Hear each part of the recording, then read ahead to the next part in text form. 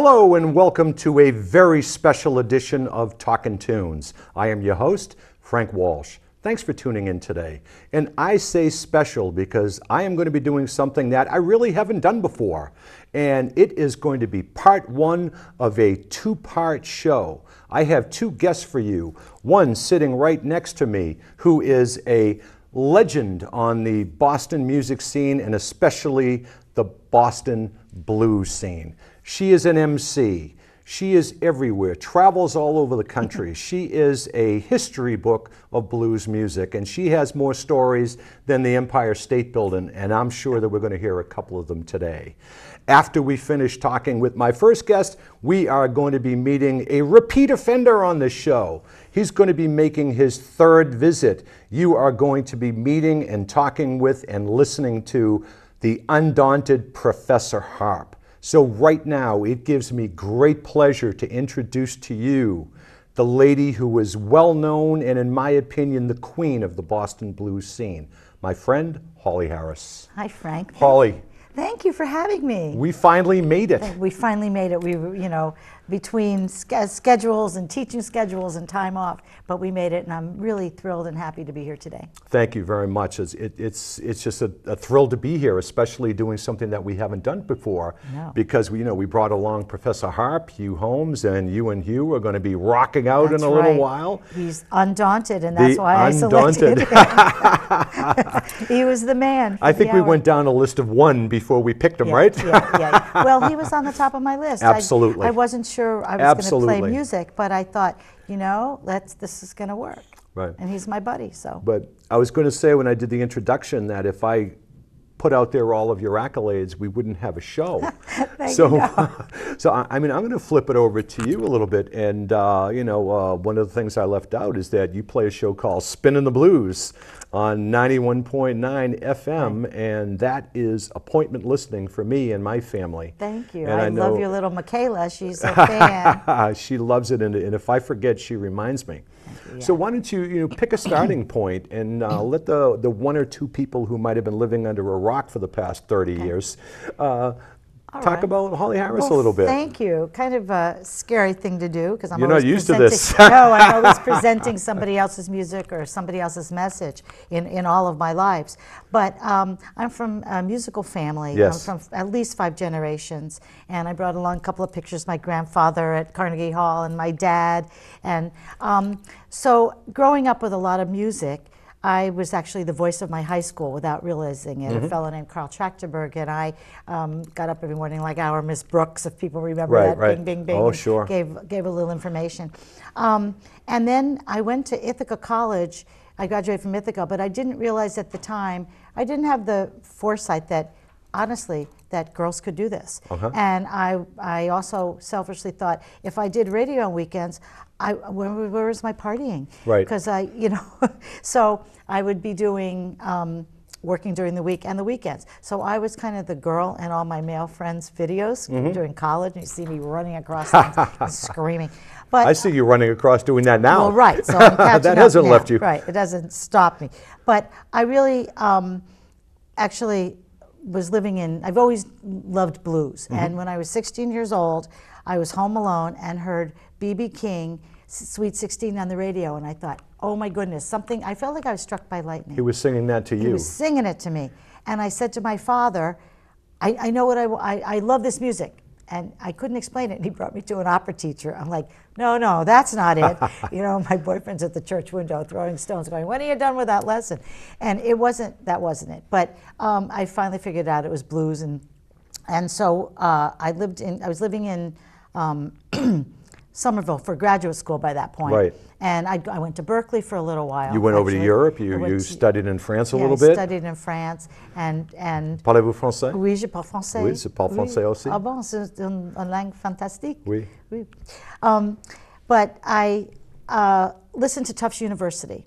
And there was a fellow named George Thomas who now, he worked for Rounder Records, but he now lives in Vermont, New Hampshire, and does a lot of music radio there. But he called me one day and said, there's the Cambridge River Festival. We need someone to fill in. I said, I'll be right there. And I stayed for 10 years. I never left the studio. Wow. And Nate Thayer, who was also the DJ at the time, moved to like East Timor, some political thing. So I stayed and did, it was called The Morning After Blues. Yep. I did that for 10 years. It was a wonderful time in my life. And Jim Carty ended up coming on board and a lot of other folks.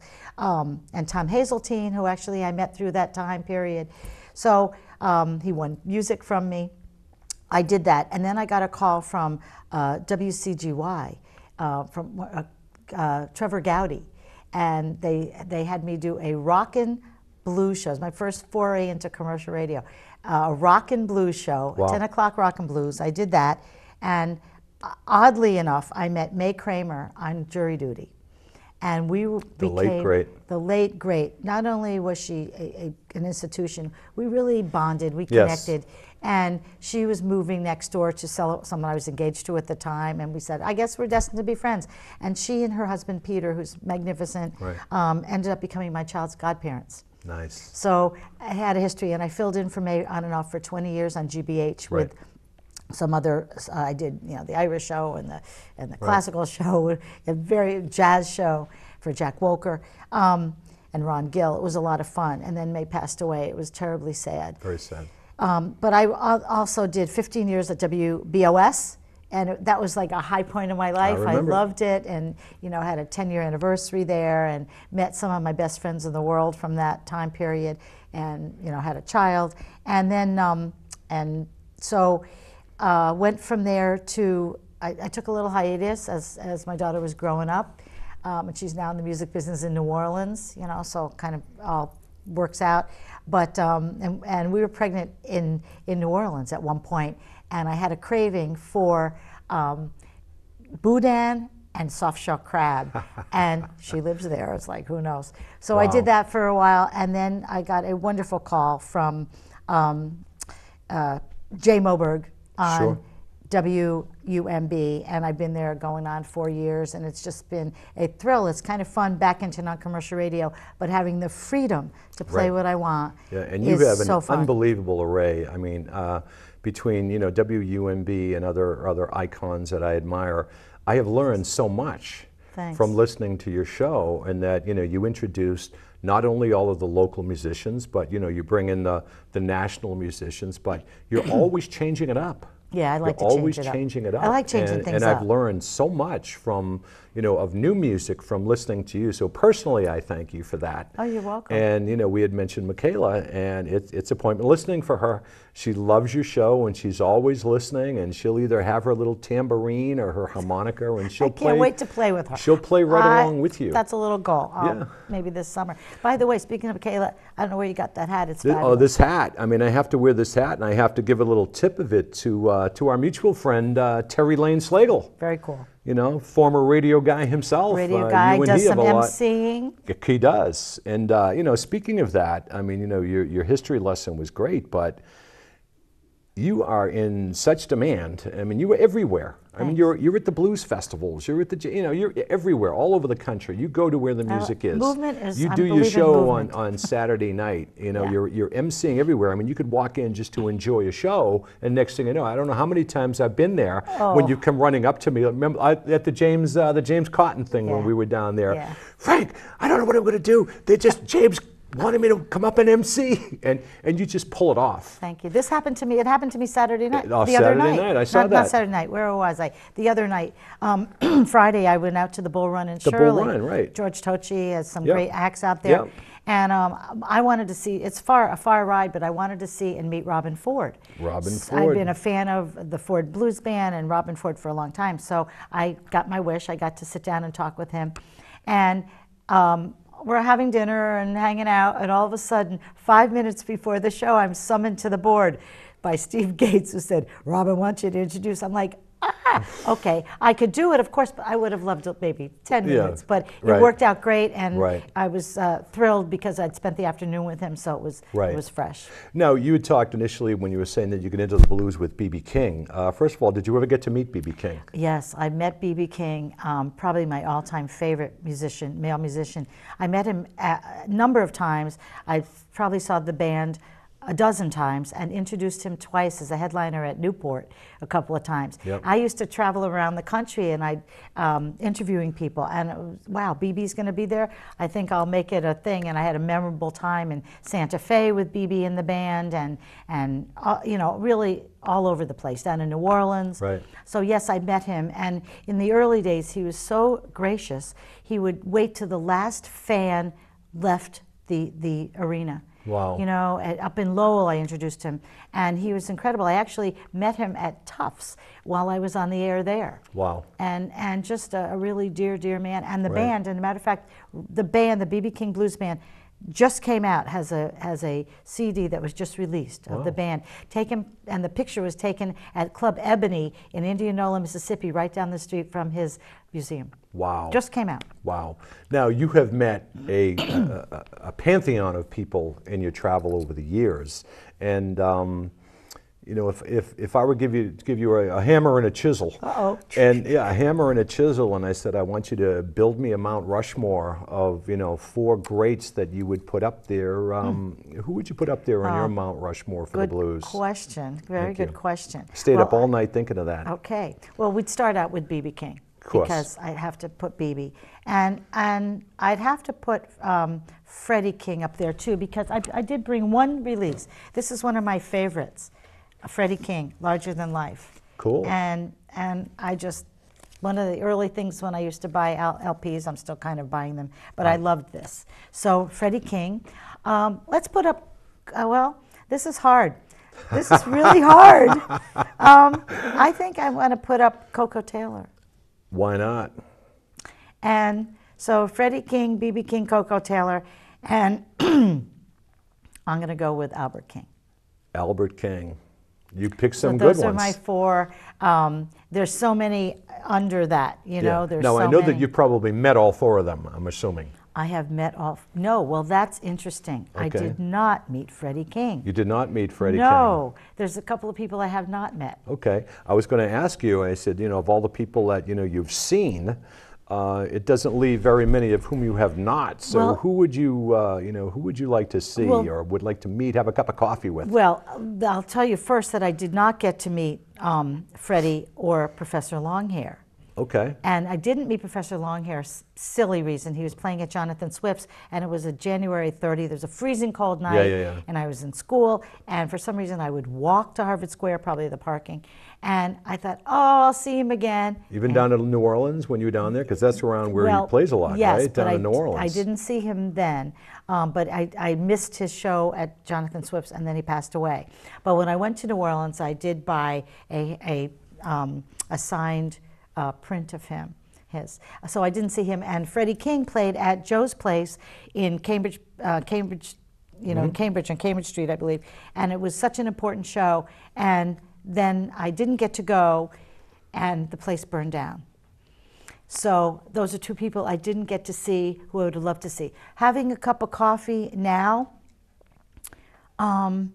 That's very, very good question. Living or past? Oh, past. Either so one. I would have loved to have had a cup of coffee with past. Professor Longhair, and I would have loved to have a cup of coffee with Freddie King.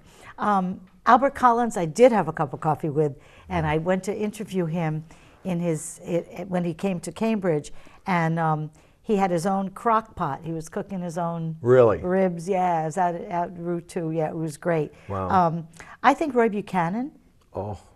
Roy Buchanan, I Love would have Roy absolutely loved to have a cup of coffee. I saw him a couple of times. I introduced him on stage. But he is somebody who I think I would have enjoyed sitting down to talk with. I adore Ruth Brown. I got to introduce her, and I had the pleasure of her giving me my Keeping the Blues Alive Award in Memphis, but we didn't get to sit down and really talk a lot. I would have loved to have spent some time with her. Cool. Let me throw a little curveball at you, maybe, is that we've been always talking about blues. Who would you listen to if you're not listening to the blues? Oh, good question. You know, who are maybe some of your rocks or your folks or your country? You know, when you just want something other than blues, who would you listen to? Well, it's interesting. I do. I like jazz too. I like Louis Armstrong. He was my first concert Traditional I jazz, ever saw. classic jazz, yeah. Yep, Louis Armstrong. Sometimes I do Latin jazz, the Tito Puente. I clean my house to reggae. So it's not very clean because I'm always like moving around. Sometimes, but I'd say some classic jazz. I really, Duke Ellington even. But reggae, I love reggae a lot. I love, the Bob Marley, traditional reggae. Jimmy Cliff, I had the good fortune to spend a little bit of time with. Wow. Yes, but Latin jazz, or even, I like all kinds of music. Country, Skeeter Davis, Tammy Wynette. I pretend I can sing to that. Let's see, who do I like? Well, certainly I like, the Otis Reddings, but that could Sure. come under Yeah. blues. There's a fellow named John Anderson, who's back on the scene, a country artist. I love his music a lot. Some of the old Stax stuff, taking it back even further to R&B, Sure. original R&B. So I like a lot of music. Even some rap. There's some rap that I find intriguing. Yeah.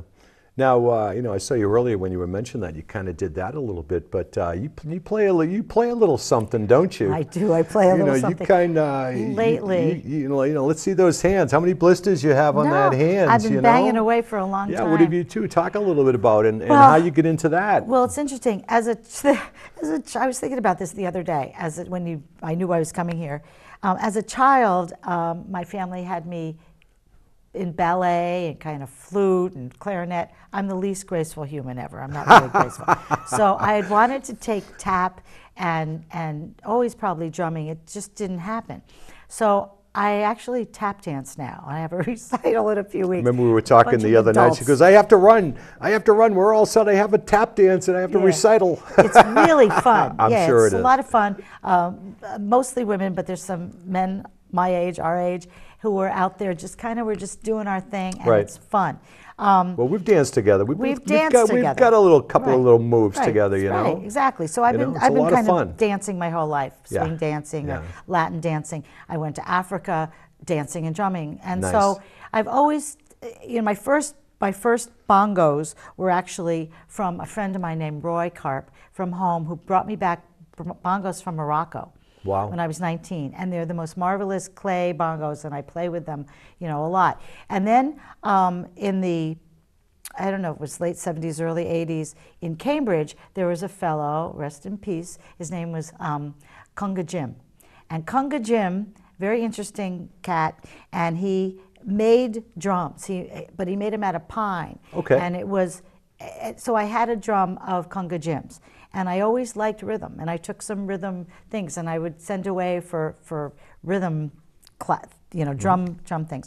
So a number of years ago, through a friend who I met through B.B. King, said, you should drum with Mamadou. He's right down the street, Mamadou Diop. He's from Senegal. He's from Mali and Senegal. And I started drumming, and I have a beautiful djembe that I got when I went dancing and drumming in Senegal. Nice. So I come back, we came back, and I thought, I got to branch out a little bit here. So I go around to jams and any rhythm, and I play djembe. I have fun with it. It actually started when my daughter was in high school and kind of making me crazy, as high school girls can make their parents. And I'd come back, and after a jams, I go, okay, what's everyone want for dinner? I'm good, right? And so I take the drum now, and I go all over the place. And I actually played down in Mississippi recently, and I have a little traveling drum for that. Cool. Yeah, so I love it, and I just enjoy rhythm. Cool. And Monday night's my rhythm night. Well, speaking of rhythm, as I had mentioned before, this is part one of part two. We're going to be bringing the Undaunted I'm so excited. Professor Harp on. And I understand that you and he are going to play a little bit, right? We are going to play a little bit. I think rather than, talk about you banging on your bongos a little bit, I think it's time maybe for the folks at home to see a little bit about that. What do you think? I would love to. I'll put on my jamming hat. All right. So, folks, hang on to your seats, because you're going to be listening to right now for a little bit of Holly Harris and the Undaunted Professor Harp.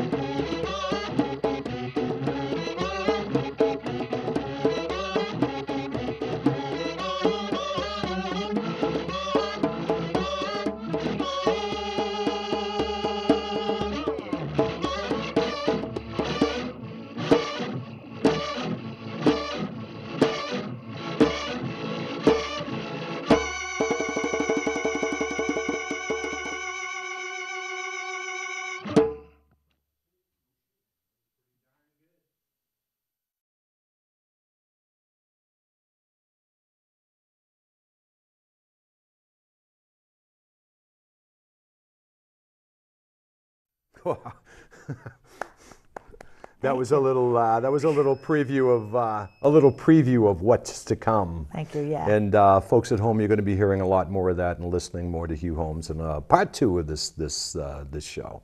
So Holly, I always tell people that one of the enemies of the show is the clock, and we have to start winding it down a little bit. But you're going to be back Yeah, I'm on part 2 excited. with you. But I think at this point, we've been around to many different places, and I'm sure that there are some people out there that you want to give a little plug to. I mean, I can think right off the top. I mean, you were a staple at 9 Wallace. We have good mutual friends, John Hall, and he's going to be doing the Marshfield Fest that you're going to be emceeing. That's so right. Throw some kudos out there to whoever you want to give some kudos Peter to. and Vicki Van Ness, who are just wonderful and have brought this little venue into the forefront. I want to say hi to Casey Soward at the Cabot and Rich Marino Cabot, of course. From Chianti, the whole North Shore crew. I know the Rockwell folks, Jim and they're keeping that jam going down Sunday there in the afternoons. South.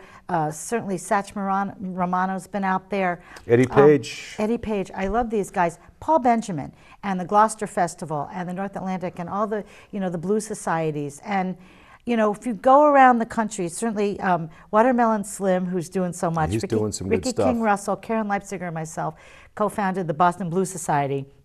But the clubs are still doing it, and I really say to support your local venues, whether it's Thunder Road or all the little things that are out there now. I think it's really, really important, and what you're doing a great job keeping it out there. Thank you. And talking about this music, and Clarksdale and the Blues Societies, I think really deserve. Joe Neary and Artie Springer and Carol Miller and Jim O'Neill. I really thank everybody who's a part of this scene, and the radio stations who are still supporting this great music, because it's going to go on forever. And hang on to those albums. I'm telling you. Oh, hang on to those albums and those thousands CDs. and thousands. Yeah. So folks and Holly, we could talk forever, but I think we're going to close this point right now. We're going to bring on Professor Undaunted Hugh Holmes. So, my buddy. Folks at home, thank you for tuning in again. And as Holly said, support your local musicians.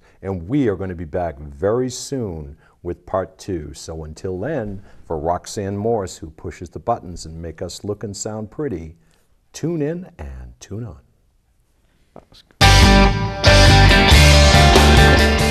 Cool, thank you. Did you ever watch the end of it?